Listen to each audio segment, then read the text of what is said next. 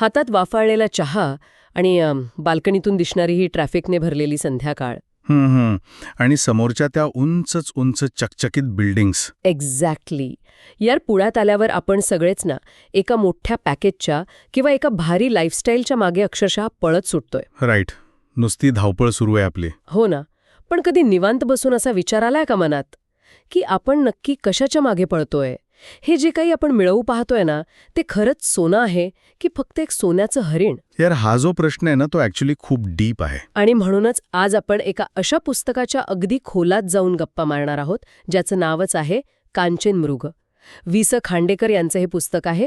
1931 सालचं हे पुस्तक, पण आजच्या कॉर्पोरेट लाईफला सिरियसली ॲप्लिकेबल आहे. ऑनेस्टली सांगायचं तर सातारून पुण्यात आल्यावर आपली जी काही धावपळ उडते ना, त्याचा आणि या पुस्तकाचा एकदम नेक्स्ट लेवल कनेक्ट आहे. होय. आणि आज आपण याच कनेक्टवर एकदम मोठ्या गप्पा मारणार आहोत. म्हणजे हे पुस्तक जुनं असलं तरी याची जी वाईब आहे ती आजच्या काळातही तशीच आहे. कारण माणसाचा जो माइंडसेट आहे ना, तो काळ बदलला तरी तसाच राहतो. पैशाची लालसा तीच आहे. अगदी खरंय. आणि हे समजून घेण्यासाठी ना आपण पुस्तकातला एकदम भारी सीन घेऊया. म्हणजे ऐकणाऱ्यांनाही तो पूर्ण सीन डॉल्मसमोर दिसेल. राईट. तो सुधाकरचा सीन ना? हो. तर कादंबरीचा नायक आहे सुधाकर. तो आपल्यासारखाच एका साध्या गावातून शहरात येतो. आणि शहरात आल्यावर जेव्हा तो काळे नावाच्या एका मोठ्या उद्योगपतीचं ते अफाट साम्राज्य बघतो, तेव्हा तो लिटरली भारावून जातो. बापरे, तो सीन तर खूपच भारी लिहिलाय. हो ना. ते मोठे कारखाने, तो पैसा, तो रुबाब बघून सुधाकरला वाटतं की वाह, हाच खरा विकास आहे, हीच ती खरी प्रगती. आणि हे बघ, हे किती रिलेटेबल आहे यार. आपण जेव्हा सातारचं ते शांत निवांत जीवन सोडून पहिल्यांदा पुण्यात येतो आणि हिंजिवडी किंवा मगरपट्टा बघतो. हो, त्या मोठ्या काचेच्या बिल्डिंग्स. एक्झॅक्टली. ती कॉर्पोरेट बिल्डिंग्सची चमक आपल्याला अशीच भुरळ घालते ना. आपल्याला वाटतं, छायला हेच खरं जग आहे. आपण यालाच अंतिम सत्य मानून बसतो. राईट.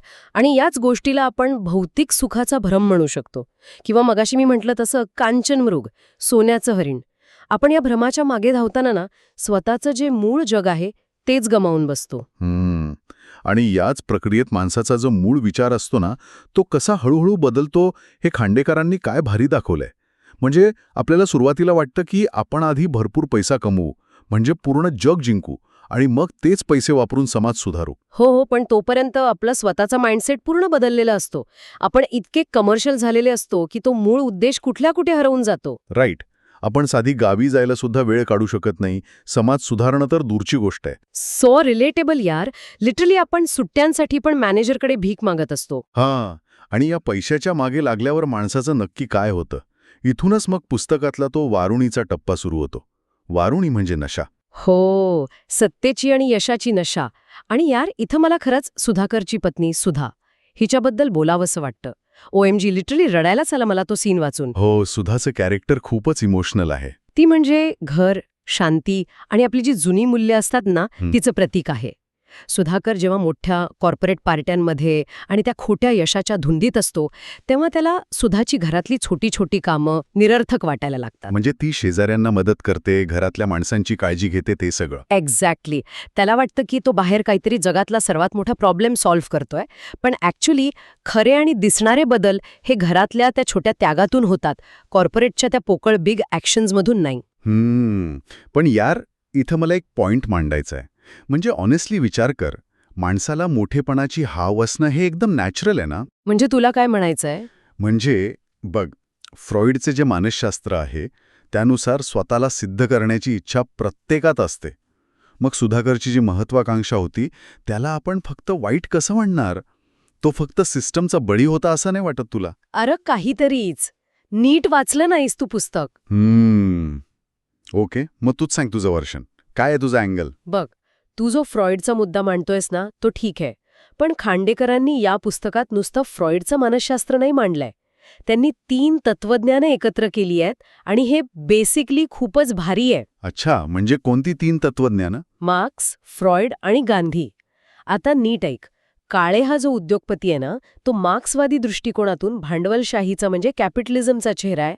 तो फक्त मजुरांचं शोषण करतो. राईट. तो फक्त स्वतःचा नफा बघतो. एक्झॅक्टली. आणि सुधाकरची जी हाव आहे ती तू म्हणालास तशी फ्रॉइडच्या सिद्धांतानुसार आहे. पण या दोन्ही प्रॉब्लेम्सवर जो उपाय आहे ना तो येतो सदानंद स्वामींकडून. म्हणजे गांधी विचार. येस.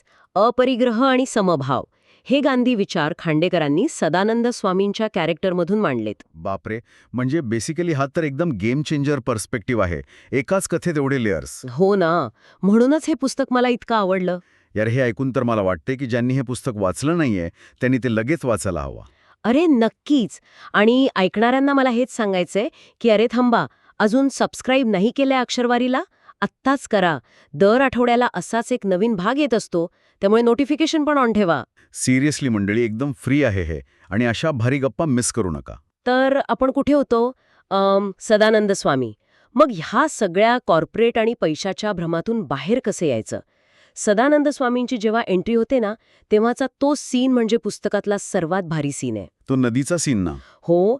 सदानंद स्वामी सुधाकरला एका वळणावळणाच्या नदीजवळ नेतात आणि त्याला म्हणतात, देवनागरीतलं जे श्री हे अक्षर आहे ते बघ कसं आहे. श्री म्हणजे समृद्धीचं प्रतीक. एक्झॅक्टली. आणि ते अक्षर सरळ रेषेत नसतं, ते असं वळूनदार असतं. निसर्गातली नदीसुद्धा कधीच एका सरळ रेषेत वाहत नाही. ती डोंगरातून अनेक अडथळे पार करत वळणे घेत वाहते, आणि म्हणूनच ती आजूबाजूच्या खोलात समृद्धी आणते. क्या बात आहे. जर ती नदी शॉर्टकट मारून सरळ वाहिली असती ना तर तिने सगळा विनाश केला असता. आयुष्याचं पण असंच आहे यार. यश शॉर्टकटने किंवा सरळ रेषेत मिळत नाही. कष्ट, सेवा आणि त्यागाचे जे हे कर्व्ज आहेत ना, तेच माणसाला खऱ्या श्रीकडे म्हणजे समृद्धीकडे नेतात. यार, हे रूपक लिटरली अंगावर काटा आणणार आहे. मला इथं आपली सातारची खंबाटकी घाटाची अॅनॉलॉजी आठवलीये. अरे वा, काय ती? म्हणजे बघ, खंबाटकी घाट कसं वळणावळणाचा आहे, तो रस्ता वळणांचा आहे, म्हणूनच आपण तो मोठा डोंगर सुरक्षित पार करून पुण्यात पोचतो. जर कोणी म्हटलं की मी शॉर्टकट मारतो आणि गाडी थेट सरळवर नेतो तर काय होईल? बापरे, थेट दरीत. एक्झॅक्टली. आयुष्याचंही असंच आहे. आपण जेव्हा यशाच्या शिखरावर पोचायचा प्रयत्न करतो तेव्हा कष्टाशी आणि संयमाशी वळणे घ्यावीच लागतात. त्या सोन्याच्या हरणाच्या मागे लागून शॉर्टकट मारला की माणूस थेट खाली दरीत कोसळतो. OMG, सो रिलेटेबल यार. हे उदाहरण तर एकदम परफेक्ट बसलं इथं. आणि याच प्रवासानंतर फायनली सुधाकरला आपली चूक समजते. हो, तो त्या भ्रमातून बाहेर येतो. त्याला समजतं की आपण ज्या कांचनमृगाच्या मागे धावत होतो तो फक्त एक खोटा देखावा होता. तो परत आपल्या गावाकडे खऱ्या समाजासाठी काम करायला येतो. आणि इथंच खांडेकरांचा तो मूळ विचार समोर येतो, ज्याला आपण जीवनवाद म्हणतो. जीवनवाद म्हणजे थोडा सोप्या भाषेत सांगशील? म्हणजे बघ, कला किंवा तुमची बुद्धिमत्ता ही फक्त स्वतःच्या पैशासाठी किंवा फक्त मनोरंजनासाठी नसावी. आर्ट फॉर लाईफ सेक. साहित्य आणि जीवन हे समाजाच्या कल्याणासाठी असलं पाहिजे. राईट. ज्याला आपण भारतीय परंपरेत निष्काम कर्म म्हणतो ना, तेच. बुद्धीचा आणि पैशाचा वापर हा तळागाळातल्या लोकांसाठी झाला पाहिजे, फक्त स्वतःचा खिसा भरण्यासाठी नाही. यार, हे ऐकून खरोखरच आपला माइंडसेट रिसेट होतो. म्हणजे आपण इतके आत्मकेंद्रित झालोय आजकाल की या गोष्टींचा विचारच करत नाही. हो ना, आपण फक्त स्वतःच्या पुढच्या प्रमोशनचा विचार करतो. म्हणूनच मला आता जे लोक हे ऐकतायत ना त्यांना विचारायचंय, तुमच्या आयुष्यातला कांचनमृग कोणता आहे? असं कोणतं खोटं टार्गेट आहे ज्याच्या मागे तुम्ही पळताय? आम्हाला नक्की कमेंटमध्ये सांगा. आणि जाता जाता मला एक शेवटचा विचार द्यायचा आहे, जो मला खूप अस्वस्थ करतो. कोणता विचार? म्हणजे आपण आपल्या पुढच्या पिढीला नक्की काय शिकवतोय? त्यांनाही आपण फक्त त्या सोन्याच्या हरणामागे धावायला शिकवतोय की श्रीमधली ती कष्टाची आणि त्यागाची वळणं पार करून खऱ्या अर्थाने मोठं कसं व्हायचंय हे शिकवतोय? याचा विचार प्रत्येकाने नक्कीच करायला हवा. बापरे, हा लिटरली खूप डीप थॉट आहे. आणि म्हणूनच मी सगळ्यांना सांगेन की हे पुस्तक नक्की वाचा. तुमचा पर्स्पेक्टिव्ह बदलेल याची गॅरंटी माझी. हो, आणि कमेंट करा की या चर्चेमधला कुठला पार्ट तुम्हाला सगळ्यात जास्त रिलेटेबल वाटला. येस. आणि पुढच्या भागात एक और मस्त पुस्तक येत आहे. ते पण असं आपली झोप उडवणार आहे, त्यामुळे ती नक्की मिस करू नका. नक्कीच. भेटूया पुढच्या भागात. बाय. जय महाराष्ट्र. जय महाराष्ट्र.